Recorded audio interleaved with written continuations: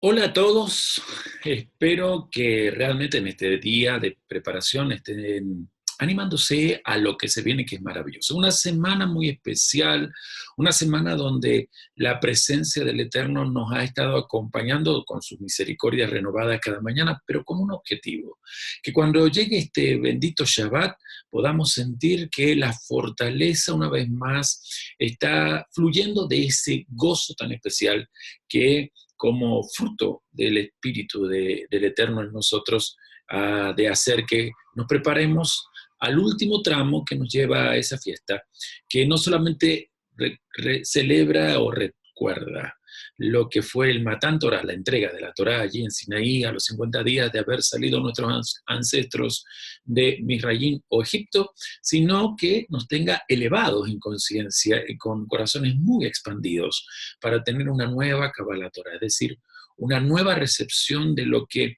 significa tener a todos los códigos de la luz encarnados en nuestra mente y en nuestro corazón.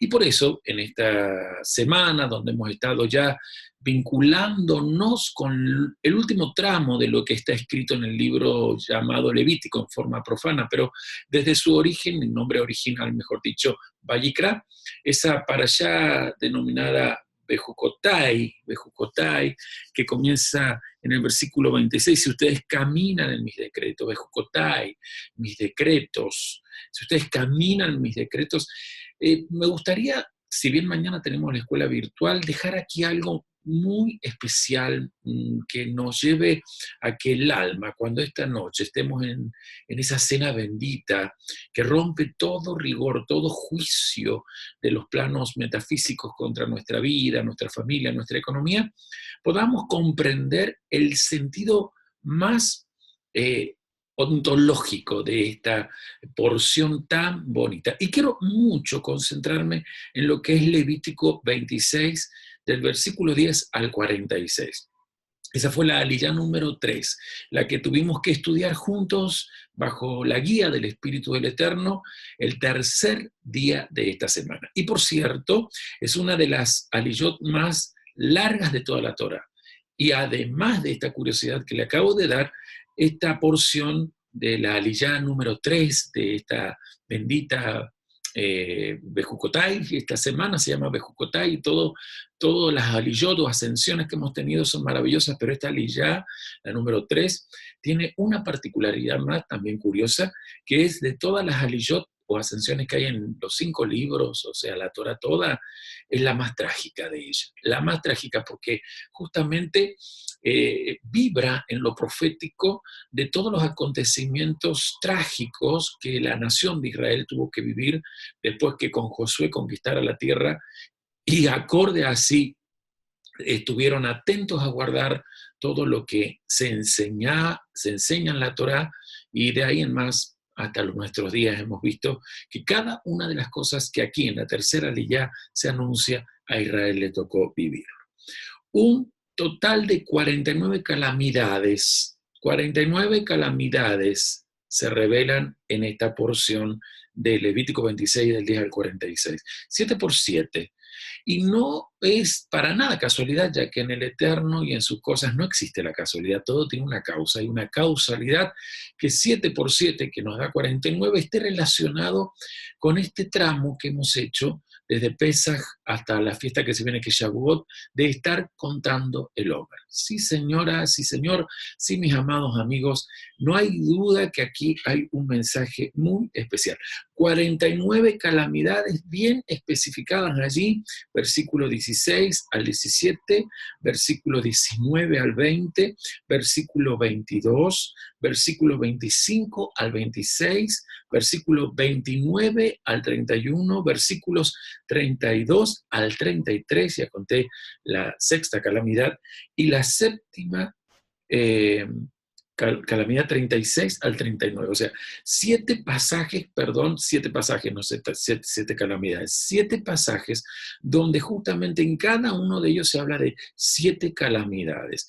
Miren cómo está todo perfectamente organizado. Era imposible que esto viniera de una voluntad humana. Esto no fue escrito por hombre, esto fue revelado desde el propio Eterno, desde el rostro del Eterno, al corazón de Moshe, quien lo escribió, para que el corazón de Israel se elevara a una mentalidad que evitara justamente estas calamidades. Porque la aliyá número 3 de esta parashá llamada Bejucotai es la más trágica de toda la Torá, porque describe justamente los castigos que el pueblo de Israel iba a ser sometido por causa de la desobediencia de la instrucción que establecía su pacto. Este documento escrito por la luz para que este pacto eterno nada ni nadie lo pudiera romper. Un pacto de alianza matrimonial entre el Eterno, el Boreolán, el creador del universo, y esta vasija.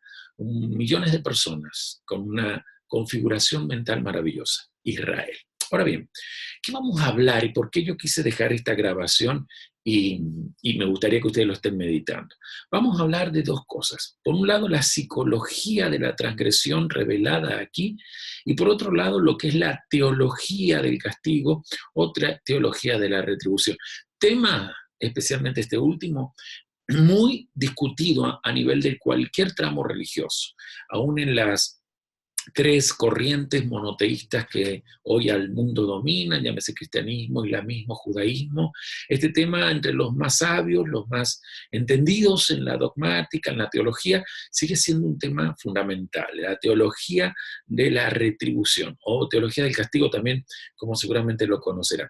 Tema que en todas las religiones de una u otra manera se estudia porque es un tema revelado desde la eternidad misma al corazón del hombre.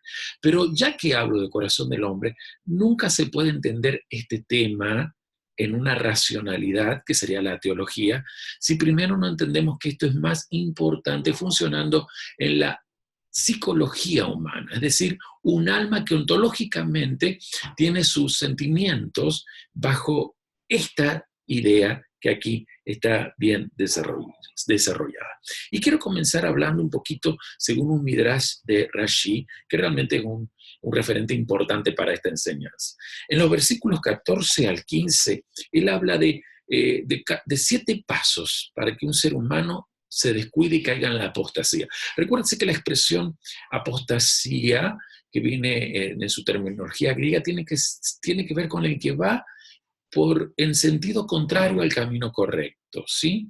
Es como si estuviéramos en una ruta internacional, una ruta nacional importante, pero la persona que está en su vehículo ha tomado la mano equivocada. Sí, está en la ruta, pero va en contramano. Y eso, la ruta tiene 2 tramos. Ir por el tramo donde todos van para el otro lado puede traer muerte y lleva a la larga que esa persona se tenga que salir del camino para quizás poder reconfigurar su GPS o GPS y ir al tramo correcto, o quizás nunca más volver al camino. Por eso la apostasía es un sistema muy peligroso, ¿no?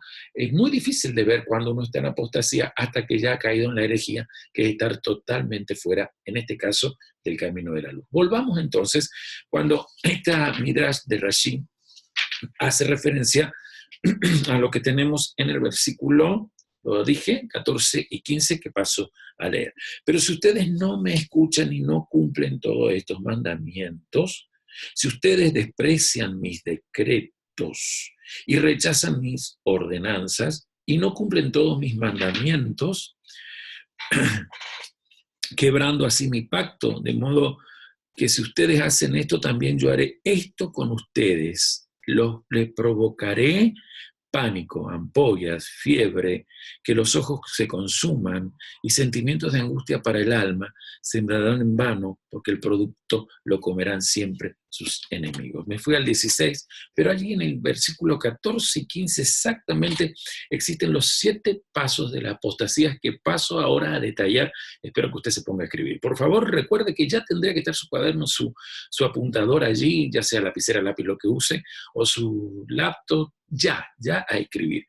Versículo 14 y 15 lo vamos a decodificar, ¿sí? Y luego vamos a empezar a biodecodificar nuestra forma de pensar. Estamos desaprendiendo para aprender, y al biodecodificar vamos a lograr una programación neurolingüística correcta para que no caigamos en apostasía. ¿Cuáles son los 7 pasos de la apostasía de estos 2 versículos que leí? Primer paso dice, no me escucháis. Eso habla de no estudiar la Torá. Así que el primer paso es no estudiar la Torá.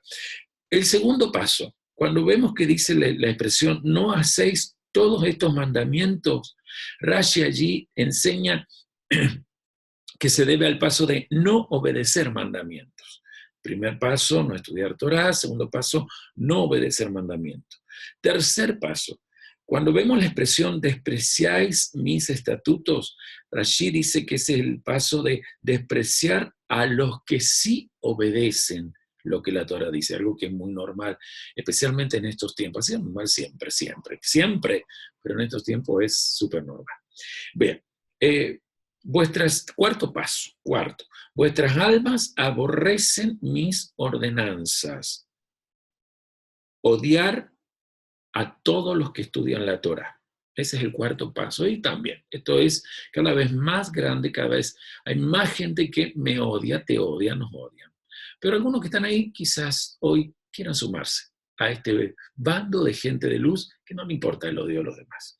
Quinto paso, dice la expresión, a fin de no cumplir, bien, la decodificación que vamos a hacer allí es el quinto paso de la apostasía, que es tentar a que otros no obedezcan o no cumplan. Tentar a que otros no cumplan. Sexto paso, dice la expresión todos mis mandamientos. Dice Rashi que el sexto paso es negar que los mandamientos procedan de Dios. Esto tiene mucho que ver con la gente que está en la teología, particularmente en la teología crítica.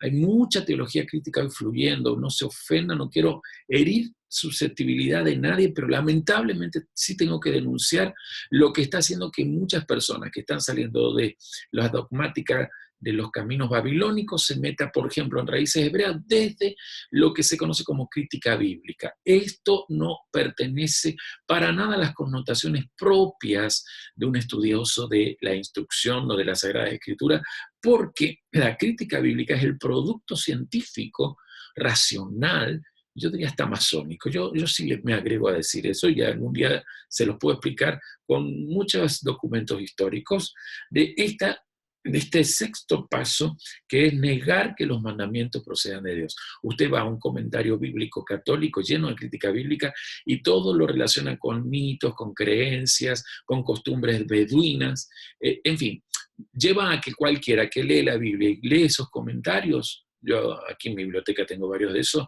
llega a dudar de si lo que está escrito allí viene de Dios o solo tiene procedencia de hombres en una época que por lo cual no se identifica con nosotros. Pero vamos al sexto paso de la apostasía que la Midrash de Rashi dice. Cuando dice la expresión quebrantar mi pacto, en el último versículo 15. Eso significa llegar a negar la existencia de Dios. Estos son pasos, es decir, que son un camino de descenso, son un camino de ir hacia abajo. Estamos en el conteo del Homer donde vamos, como nuestros ancestros, desde el grado 49 de inmoralidad al grado 49 de luz y de ética celestial. Porque luego en el día 50 viene la Biná, esa revelación de diseños proféticos.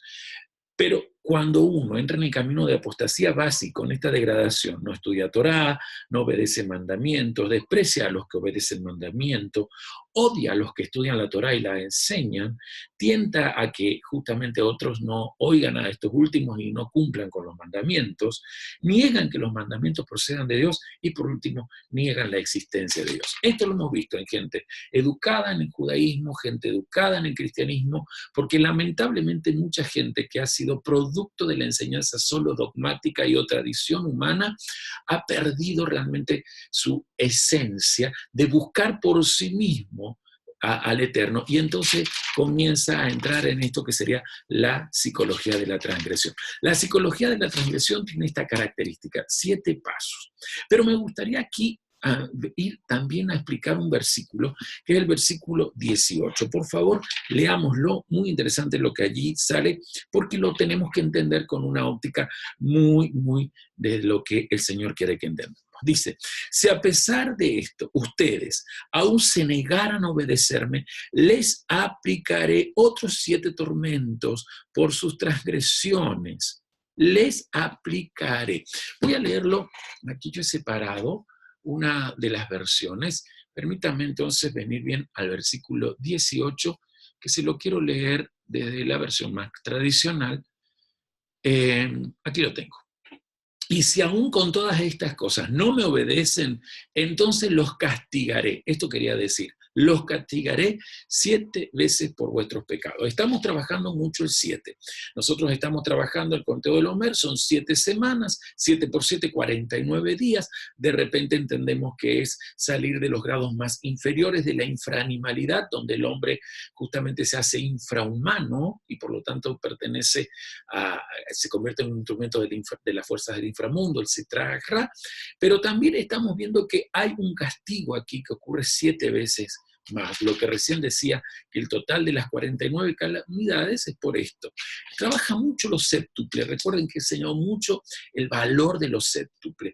Castigaré, palabra traducida al español de la palabra hebrea yazar. Lo voy a leer de nuevo al versículo 18.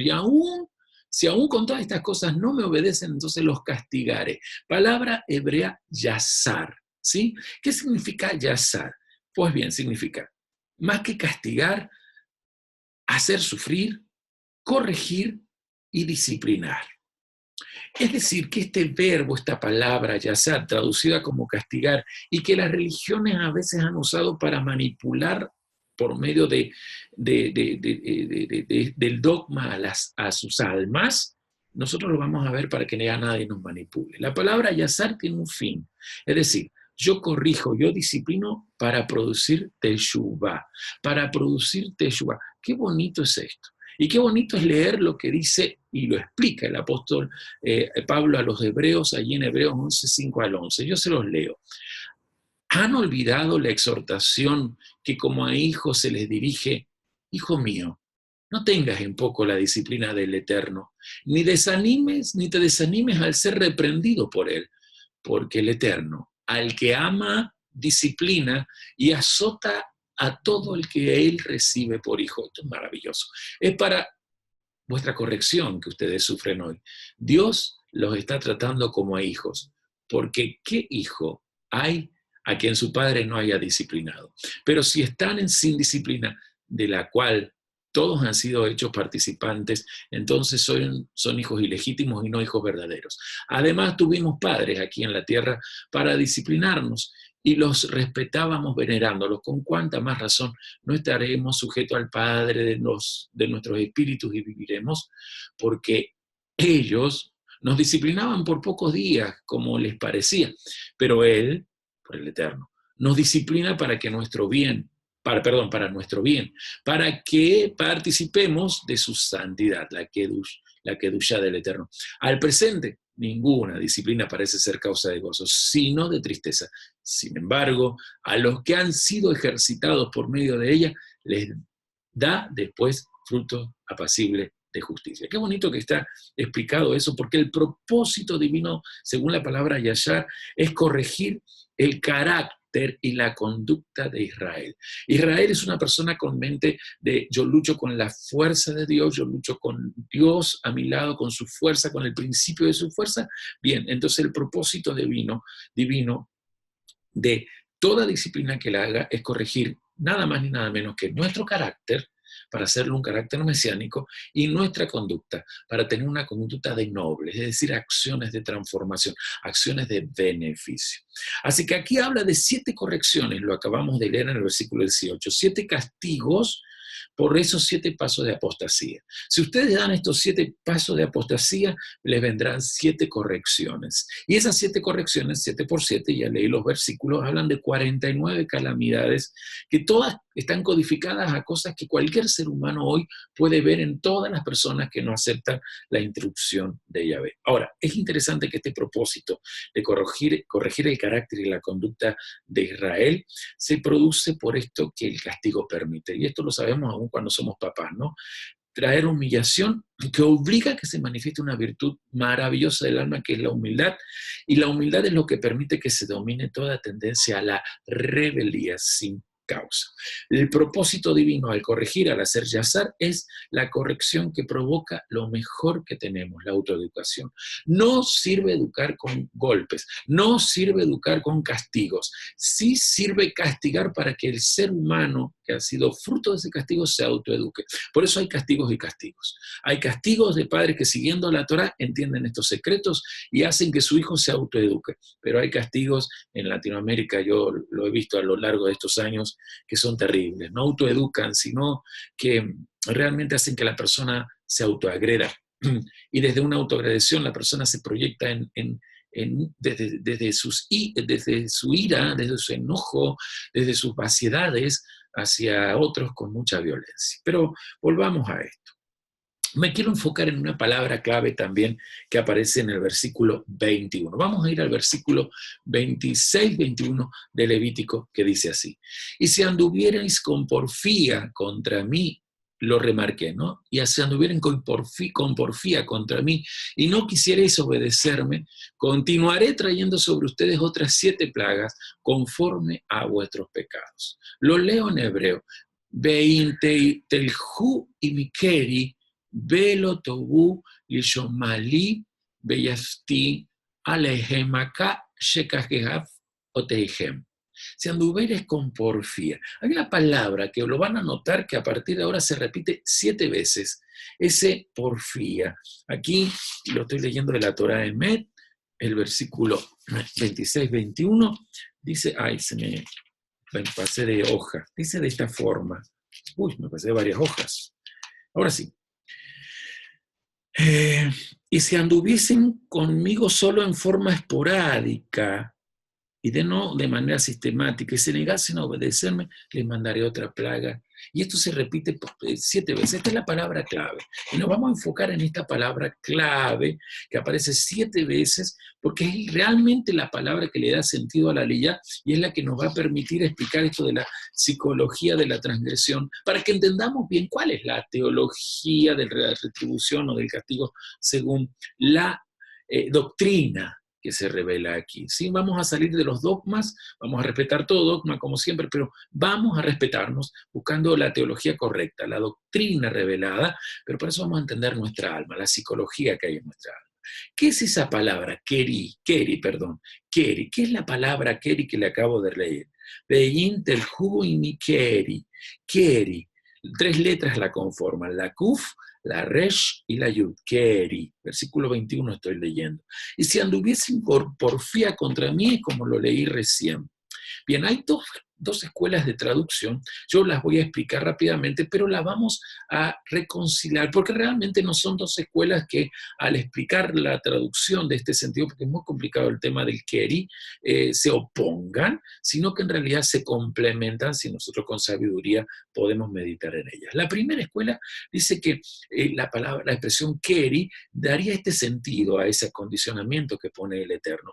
Si ustedes andan luchando contra mí, yo les daré también pelea o guerra. O sea, la palabra keri, según esta escuela, habla de una fuerza antagónica, una fuerza hostil que ataca con alevosía. En realidad es gente que le está haciendo la guerra a Dios. Pero, y aquí viene el tema, lo que sí tenemos que anotar es que no le están haciendo la guerra a Dios. Cualquiera que dice hacerle la guerra a Dios, y lo digo yo que fui ateo, y por 5 años le hice, entre comillas, la guerra a Dios, cuando llegué al Eterno me di cuenta que al único que le había estado haciendo la guerra era a mí mismo. Pero déjenme ir a la segunda escuela. La segunda escuela dice que keri viene de la expresión hebrea mikre. Keri, eso que se traduce como con porfía, mikre. Por eso también lo leí de la Emet.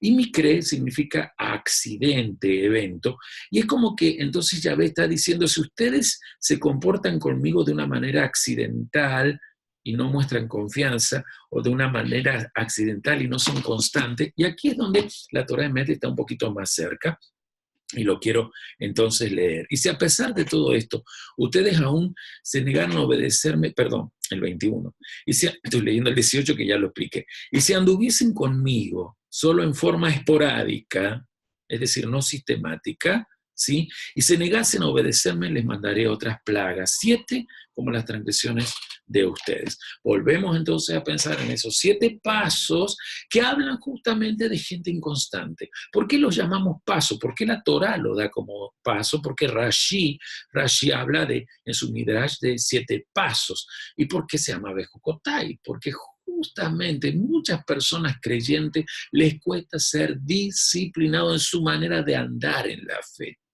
Porque en realidad, y aquí empiezo a reconciliar estas dos formas de explicar la traducción, hacerle la guerra a Dios es imposible. Es más, yo creo tanto en la imagen divina del hombre que no hay ser humano que en realidad le haga la guerra a Dios si primero, cuando quiso ir contra Dios y atacar a Dios por un enojo, entre comillas, contra él, no empezó previamente a atacarse a sí mismo, se dé o no se dé cuenta. Porque en realidad hacerle la guerra a Dios es eso, mi amado amigo, mi amada amiga, es hacernos la guerra a nosotros mismos. Cada vez que estando en el ateísmo yo le hacía la guerra a Dios, yo en realidad era hostil hacia mí, hacia mi propósito.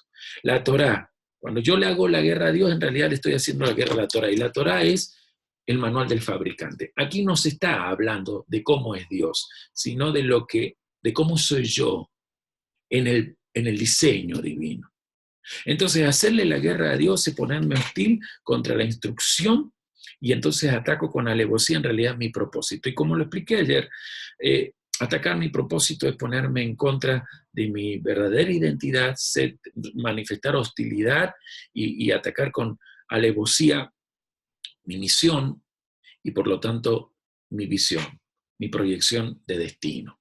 Es empezar a no tener sentido de por qué vivo. Y ahí es donde yo vengo a esto que dice la segunda escuela. Tratar a Dios con indiferencia se debe a que yo con inconstancia, porque no aplico disciplina a mi forma de trabajar lo virtuoso en mí, me voy volviendo indiferente. Y esto último es lo que quiero yo usar para cerrar. Cuando venimos al versículo 36 de esta aliyá, recuerden que hoy estoy reflexionando en lo que nos dejó el tercer día de esta semana. En el versículo 36 dice, a los que de ustedes queden con vida en tierra de sus enemigos, les infundiré tanta inseguridad que el simple crujido de una hoja al viento los hará escapar. Huirán como el que huye de la espada y caerán sin que nadie los persiga. Lo leo en la versión Reina Valera, esto era la Torá de Met, estamos en Levítico capítulo 26, versículo 36. Levítico 26, 36. Lo leo de esta forma, o así dice: y a los que queden de ustedes infundiré en sus corazones tal cobardía en la tierra de sus enemigos, que el sonido de una hoja que se mueva los perseguirá y huirán como ante la espada y caerán sin que nadie los persiga. Mis amados, yo quiero hablar resumiendo el por qué he hecho esta grabación para que ustedes lo consideren. Cuando el ser humano, cuando tú, cuando yo, como humanos, por la inconstancia que el sistema mismo se ha asegurado de inyectarnos desde que hemos nacido, porque a cualquier ser humano le cuesta ser persistente. La inconstancia es la evidencia que esa virtud llamada nesaj, persistencia, es decir, la certeza de que hay una victoria que nos lleva de triunfo en triunfo, se apague. Entonces el ser humano, por esa inconstancia, decide, mejor dicho, descuida, porque nadie decide descuidar, sino que sin darse cuenta descuida el deseo de estar bien con el Creador, por lo tanto de buscar su palabra, de buscarlo en oración. Inmediatamente también se descuida el tema de estar bien con nuestro prójimo, nos desvinculamos. Y de allí se afecta ese poder virtuoso llamado Yesod, que es el fundamento para unir el mundo visible con el mundo invisible. La vinculación, una vinculación que tiene que ser siempre valorada en cómo estoy con el Creador y cómo estoy con el prójimo en función de esa naturaleza que se ha dado, el ajaba, el amor. ¿Cómo es mi ajaba el Eterno? ¿Cómo es mi ajaba hacia mí y desde mí al prójimo? La falta de vinculación siempre crea situaciones psicológicas de alejamiento. Esto sería la psicología misma de la transgresión. Yo me alejo y al alejarme genero tibieza, y la tibieza me lleva a la indiferencia. Cuando ya estoy en indiferencia, inmediatamente no me interesan los males que estén aconteciendo a mi sociedad. Y como no me interesa mi sociedad, empieza a entrar en un caos que termina llevándonos a esa caída en la cual ya no se puede reconstruir nada.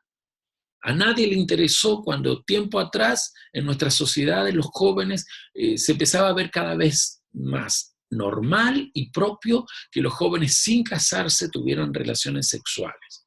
Hoy estamos llegando a leyes que están permitiendo el aborto. Entonces, hoy sí, cualquier grupo religioso sale con pancartas a ver cómo evitar la ley del aborto o la ley de educación sexual con ideologías de género, pero todo este punto en donde se ha llegado, un punto sin regreso, un punto que no permite la reconstrucción, es porque en algún momento estos seres humanos, hablo de los que presiden lo religioso, se olvidaron de ser constantes en cuidar su búsqueda de Yahvé. Buscaron su propia fama en todos los congresos de apóstoles, profetas y todo lo que se puede hablar, y estoy hablando en el plano evangélico, y se descuidaron de buscar ellos su condición de hombres que aman a Yahvé, tuvieran o no una congregación chica, grande, mediana, sino responsables de que ese grupo que les tocó tiene que ser santo, tiene que ser buscadores del Eterno y amar al prójimo, porque cuando eso acontece,